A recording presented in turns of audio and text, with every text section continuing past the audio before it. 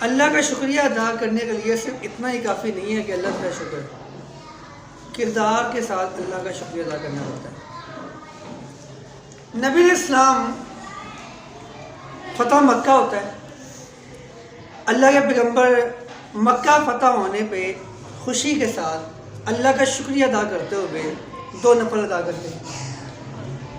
یہ شکریہ ادا کرنے کا طریقہ ہے۔ پھر نبی اسلام کو جب بھی کبھی خوشی ملتی وہ خوشی کے ساتھ اللہ کے سامنے سجدے میں پڑ جاتے، ٹھیک ہے؟ کیا کرتے؟ اللہ کے سامنے سجدے میں پڑھتے۔ سجدے میں پڑھتے۔ کوئی خوشی کا موقع آتا تو اللہ کے سامنے سجدے میں پڑ جانا۔ پھر نبی سلیمان علیہ السلام دعا کرتے ہیں، ربی اوزینی ان اشکر نعمتک التی انعمت علی وعلی والدی وان اعمل صالحا ترضیہ وادخلنی، اللہ مجھے توفیق دے ان اشکر نعمتک التی انعمت علی، کہ میں تیرا شکریہ ادا کروں، کہ تیرا میں شکریہ ادا کروں کس چیز پہ جو تو نے مجھے نعمتیں ادا کی، وہ کس طرح؟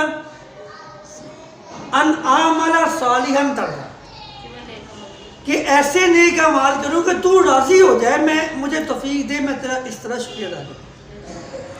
یعنی اللہ کا شکریہ ادا کرنے کا مطلب ہے ایسے نیک اعمال کیے جائیں کہ اللہ ہم سے راضی ہو جائے۔ تو اللہ کی رضا ہی مومن کی اصل معراج ہے اور مومن کا اصل ٹارگٹ ہے۔ اس سے بڑا کوئی ٹارگٹ نہیں ہے۔ ورضوان من اللہ اکبر، سب سے بڑی جو کامیابی ہے وہ اللہ کی رضا ہے، اور سب سے بڑا شکریہ ادا کرنا یہی کہتے ہیں، اسی کو کہتے ہیں کہ آپ ایسے نیک اعمال کریں کہ اللہ راضی ہو جائے۔ اور نبی علیہ السلام رات کو اٹھ کے اللہ کے سامنے گراتے اور تہجد پڑھتے۔ کیا پڑھتے؟ تہجد پڑھتے۔ اما عائشہ فرماتی ہے، میں نے کہا اللہ کے پیغمبر آپ تھک جاتے ہیں، پاؤں آپ کے سو جاتے ہیں، آدھی آدھی رات یا اس سے زیادہ آپ قیام کرتے رہتے ہیں، آرام بھی کر لیا کریں، آپ کیوں اتنا اپنے آپ کو تکلیف میں ڈالتے ہیں؟ فرماتی ہے عائشہ مجھ پہ اللہ کے بڑے احسان ہیں، افلا اکون للہ عبد شکورا، کیا میں اللہ کا شکر گزار بندہ نہ بن جاؤں؟ کیا مطلب؟ تہجد پڑھتے تھے اللہ کا شکریہ ادا کرنے کے، پھر بیٹے اللہ کا شکریہ ادا کرنے کیسے کہتے ہیں؟ اللہ کی عطا کردہ تمام نعمتوں کو اس کی مرضی کے مطابق استعمال کرنا۔ آنکھیں کس نے دی ہیں؟ پھر ان آنکھوں کو کس کی مرضی کے مطابق چلانا؟ زور سے بولیں گے۔ کان کس نے دیے؟ ان کانوں کے ساتھ صرف وہ سننا جس کی اللہ رب العالمین نے اجازت دی۔ نبی علیہ السلام جا رہے تھے، راستے میں میوزک کی آواز چل رہی تھی، اللہ کے پیغمبر نے کانوں میں انگلیاں دے دی، وہ چلتے جاتے ہیں، صحابی ایک ساتھ بہت دور پہنچ کے فرماتی ہیں، ہاں بتاؤ آواز بند ہو گئی ہے؟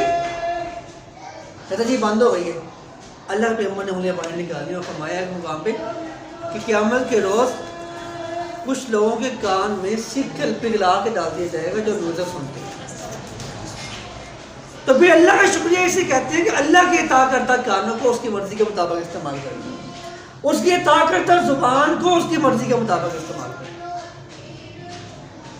سوچ سمجھ کے ہر کام اللہ نے مان لیا ہے اس کو اللہ کی مرضی کے مطابق استعمال کریں۔ اللہ نے طاقت دی ہے، جوانی دی ہے، اقتدار دیا ہے، کچھ بھی دی ہے، جو بھی اس کی نعمت ہے اس کو اللہ کی مرضی کے مطابق استعمال کرنے کا نام ہے شکریہ ادا کرنا۔ کیا نام ہے اس کا؟ شکریہ ادا کرنا۔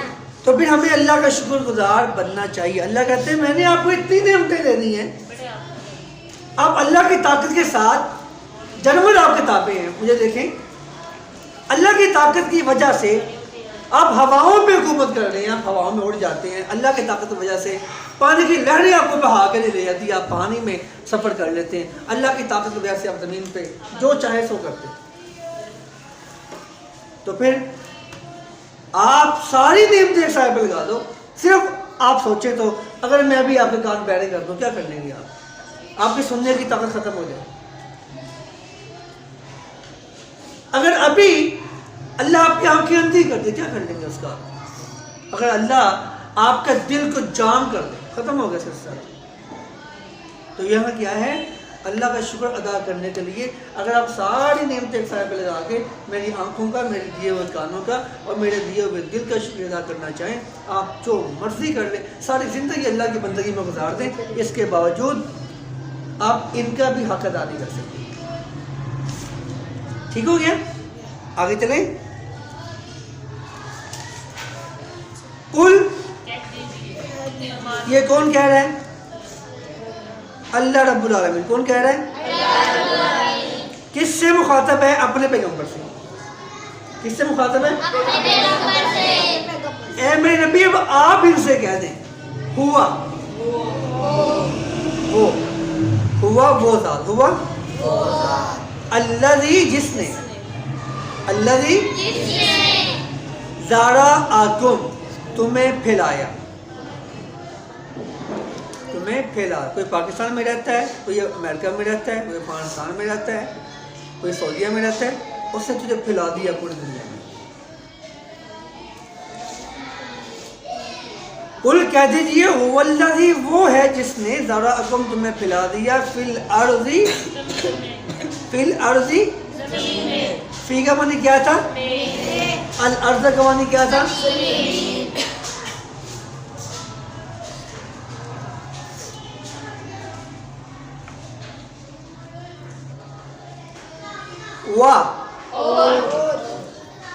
الیہ، اسی کی طرف، تحشرون، سے لوٹ کر جانا ہے۔ آپ اٹھائے جاؤ گے، جمع کیے جاؤ گے۔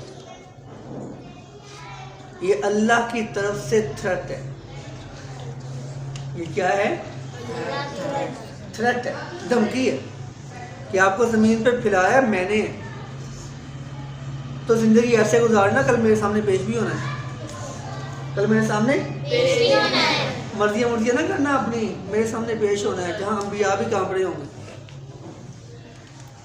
جہاں ہر شخص رب نفسی کی دعا کر رہا، اللہ مجھے بچا دے، مجھے کسی کی پرواہ نہیں ہے۔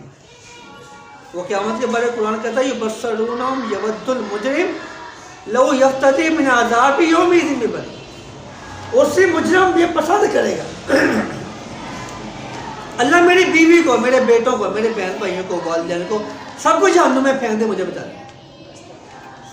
آج تو ماں اپنے بیٹے پہ، بیٹی پہ ایک آنچ نہیں برداشت کرتی، سارے خاندان سے ٹکرا جاتی ہے ایک اپنے بیٹے کے لیے، ایون کہ اپنے شوہر سے۔ وہ یہاں باپ کہے گا اللہ میرے بیٹے کو پکڑ، میری بیوی کو۔ اللہ کہتا ہے کہ دنیا میں تیاری ایسی کرو، تمہیں میرے سامنے پیش ہونا ہے، کل تمہیں یہ نوبت نہ ہے۔ یوم یفر المرء من اخیہ، جس دن بھائی بھائی سے بھاگے گا، جو آج ایک دوسرے کی مدد کرتے ہیں کل ایک دوسرے سے بھاگ جائیں گے۔ اور نفس نفسی کا امہ وبنی، ماں بھاگ جائے گی اولاد کو چھوڑ، بیٹے بھاگ جائیں گے والدین کو چھوڑ، وصاحبتی، بیوی بھاگ جائے گی، اب کوئی کسی کا نہیں ہے، اب ہر ایک کو اپنی پڑی ہوئی ہے۔ تو جب میرے سامنے پیش ہوں گے آپ، تو دنیا میں زندگی ایسے ہی گزارو کہ تمہیں میرے سامنے پیش ہونا ہے، ہر قدم اٹھانے سے پہلے، زبان سے ہر بول بولنے سے پہلے، آنکھوں سے ہر چیز دیکھنے سے پہلے، کانوں سے کچھ سننے سے پہلے آپ یہ سوچیں کہ میں نے کس کے سامنے پیش ہونا ہے۔ تو پھر آپ زندگی بھی اس کی بندگی میں اس کی مرضی کے مطابق گزاریں گے، اسی کا نام ہے اس کا شکریہ ادا کرنا۔ قل کہہ دیجیے والذی، وہی ذات ہے جس نے ذرأکم، تمہیں پھیلا دیا، فی الارض، زمین میں، وإلیہ، اور اسی کی طرف، تحشرون، تم اٹھائے جاؤ گے۔ اور یقولون، وہ کہتے ہیں نہیں، یہ جو یقولو ہے نا، یہ فعل مضارع، یہ وہ ٹینس ہے جو پریزنٹ کو اور فیوچر کو پریزنٹ کرتا ہے، لیکن یہ اللہ رب العالمین مشرکین مکہ کی طرف مخاطب ہے کہ یہ آج بھی کہتے ہیں، تم کہتے ہو قیامت آئے گی، کب ہے؟ کب قیامت ہے؟ قیامت کا انکار اصل میں اللہ رب العالمین کا انکار ہے، قیامت کا انکار اصل میں قرآن کا انکار، قیامت کا انکار انبیاء کا انکار، ٹھیک ہے؟ وَيَقُولُونَ، وہ کہتے ہیں، متا، کب، متا کب ہے؟ حاضر وعدو، یہ وعدہ کون سا وعدہ؟ تحشرون والا جو تم کہتے ہو جمع کیے جاؤ گے. وَيَقُولُونَ وہ کہتے ہیں متا حاضر وعدو، کب آئے گا یہ وعدہ؟ وعدے سے مراد قیامت ہے. ان کنتم صادقین، ان کا معنی کیا تھا؟ اور ان کا معنی کیا تھا؟ بولے ان کا معنی کیا تھا؟ اگر. ان کا معنی کیا تھا؟ کنتم، تم ہو. کنتم صادقین، سچے. وہ کہتے ہیں پیغمبر تمہیں کہتے ہیں کب قیامت ہے؟ اگر تم سچے ہو ہمیں تو بتاؤ نا. قل، عقیدے کی بات آ گئی ہے، غور سے سنیں.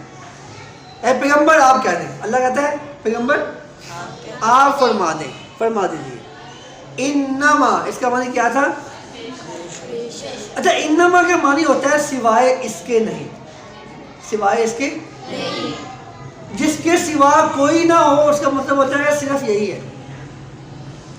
جس کے سوا کوئی نہ ہو اس کا مطلب کیا ہوتا ہے؟ صرف یہی ہے. تو پھر ہم انما کا معنی لکھیں گے صرف.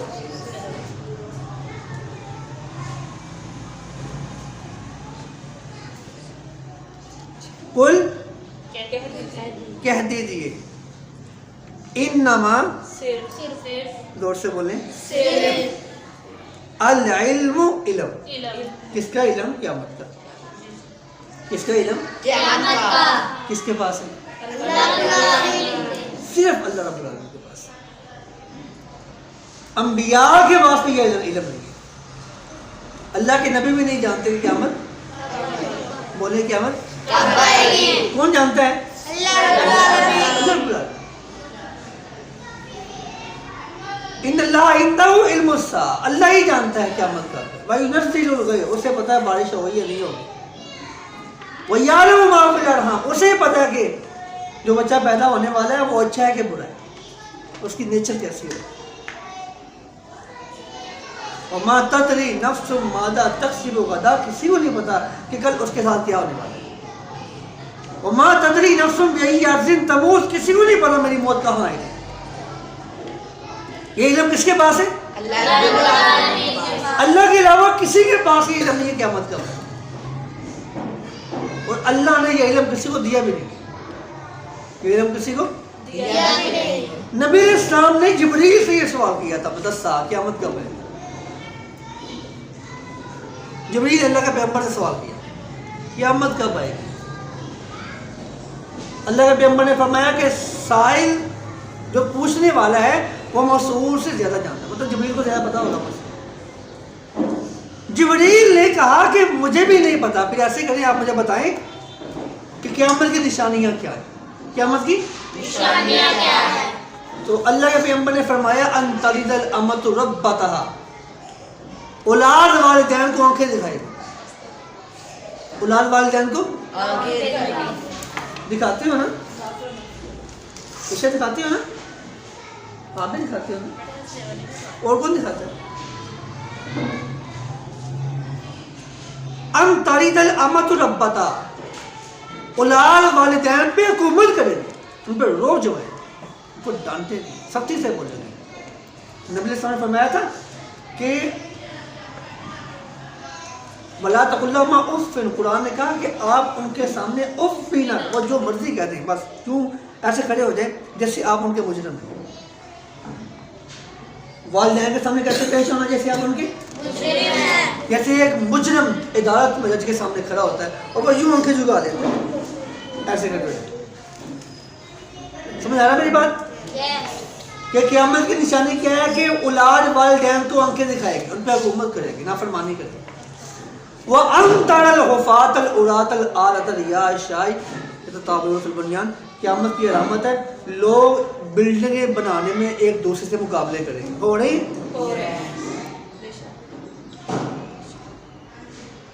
قیامت کا علم پیغمبر کے پاس بھی نہیں ہے. بولے پیغمبر کے پاس بھی نہیں ہے.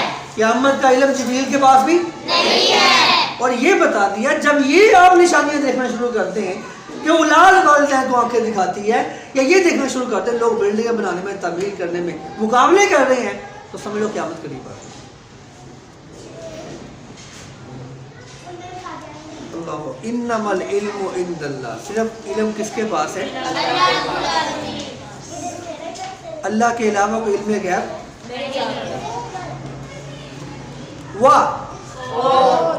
انما صرف انما آنا میں آنا نذیر ڈرانے والا ہوں مبین واضح، میں تو بس ڈرانے والا ہوں، مجھے نہیں پتا قیامت کب آئے گی۔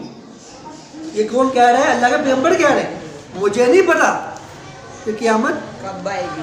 مجھے اتنا پتا ہے میری ڈیوٹی ہے کہ لوگوں کو تک دین پہنچا دیتا ہے، بس میری ڈیوٹی ہے آپ کو میں قیامت سے باخبر رکھوں، بس میری یہ ڈیوٹی، مجھے نہیں پتا قیامت کب ہے۔ بات سمجھ آئی بیٹا؟ آج ہم نے اہم بات جو سیکھی وہ کیا ہے؟ پہلی بات ہم نے سیکھی کہ علم غیب کس کے پاس ہے؟ یہ نوٹ کر لیا کریں، ہم نے ایک سیکھا کہ علم غیب کس کے پاس ہے؟ قیامت کا علم کس کے پاس ہے؟